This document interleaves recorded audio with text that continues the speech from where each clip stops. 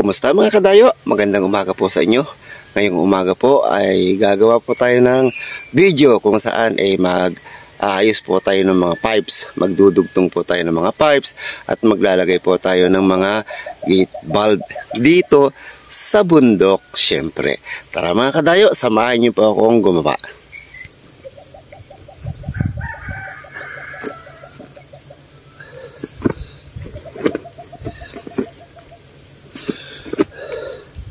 So ayun mga kadayo, dito po kasi sa amin dumaan po ang bagyo kaya nahila po yung mga pipes na nandun sa ilog kaya nagkalasan po yung mga dugtungan ng mga tubig ano.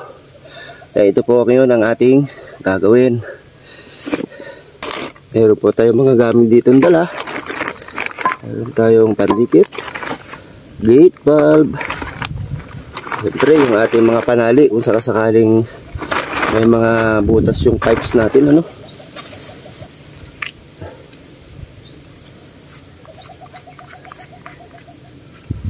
Kaya kailangan po nating idugtong, sumirit yung tubig at i-check po natin lahat hanggang dun sa bundok.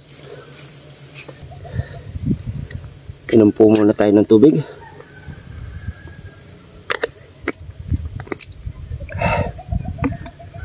Bali ang gagawin po natin,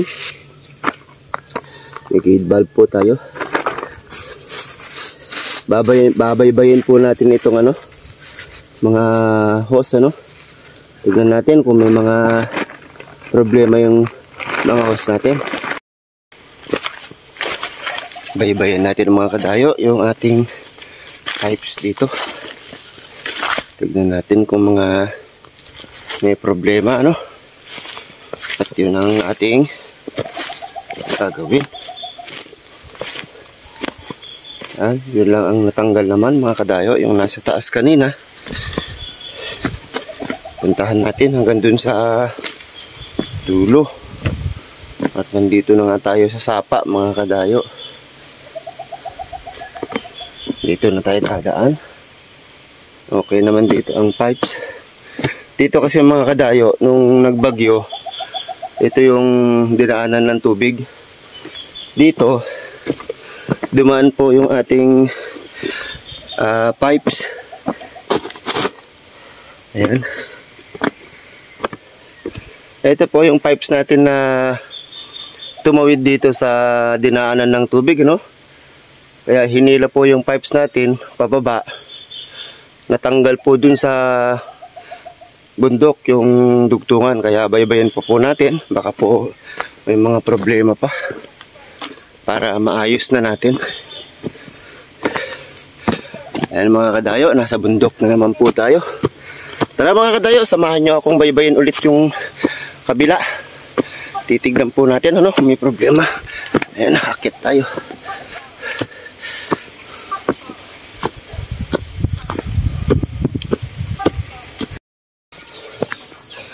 So, ayan mga kadayo, nandito na tayo sa kabila. Nandito tayo mga kadayo at idudugtong ulit natin yung pipes dito. Asan yung kalahati? Ayan.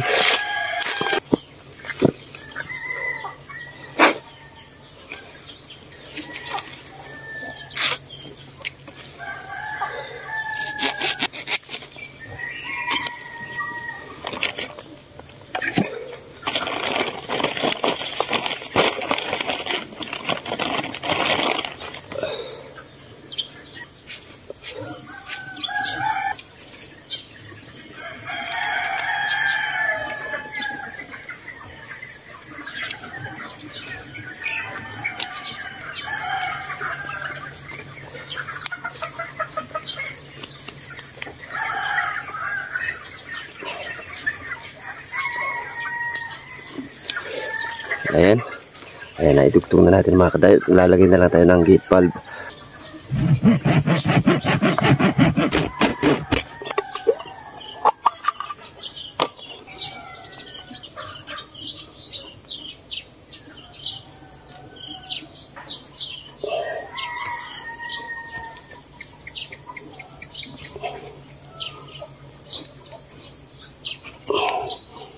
Ayan mga kadayo, nailagay na natin yung gate valve.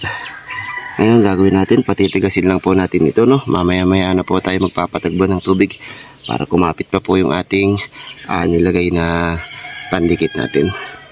Ayan mga kadayo, nakadugtong na tayo dun, naayos na natin dun sa baba. Ngayon maglalagay naman tayo ng T papunta dun sa gulayan para may tubig din dun. Paputulin natin to. Dito tayo maglalagay ng T.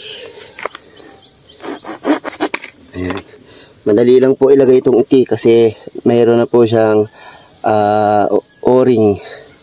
Isasalpak na lang po natin.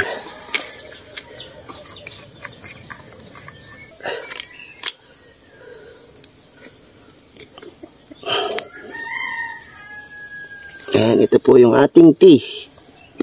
Ito po yung papunta dun sa baba ng bundok, dun sa nilagyan po natin ng gate valve. Ito naman po nasa kaliwa, yun po yung papunta dun sa kabilang bundok, sa dragon fruit kanina, yung unang pinuntahan po natin. Ito naman po isa ay pababa naman po dun sa gulayan. Tapos na tayo kanina mga kadayo dun sa isa, no? Nakapaglagay na tayo ng T. So marami nang tinatagbuhan yung tubig natin. Magdadagdag na naman po tayo ng isang T ulit. Papunta naman dun sa direction na yun.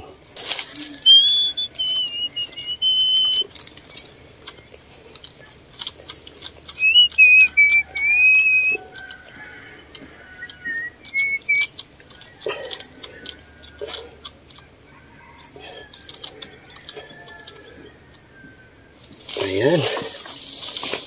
Tapos na po yung ating tea.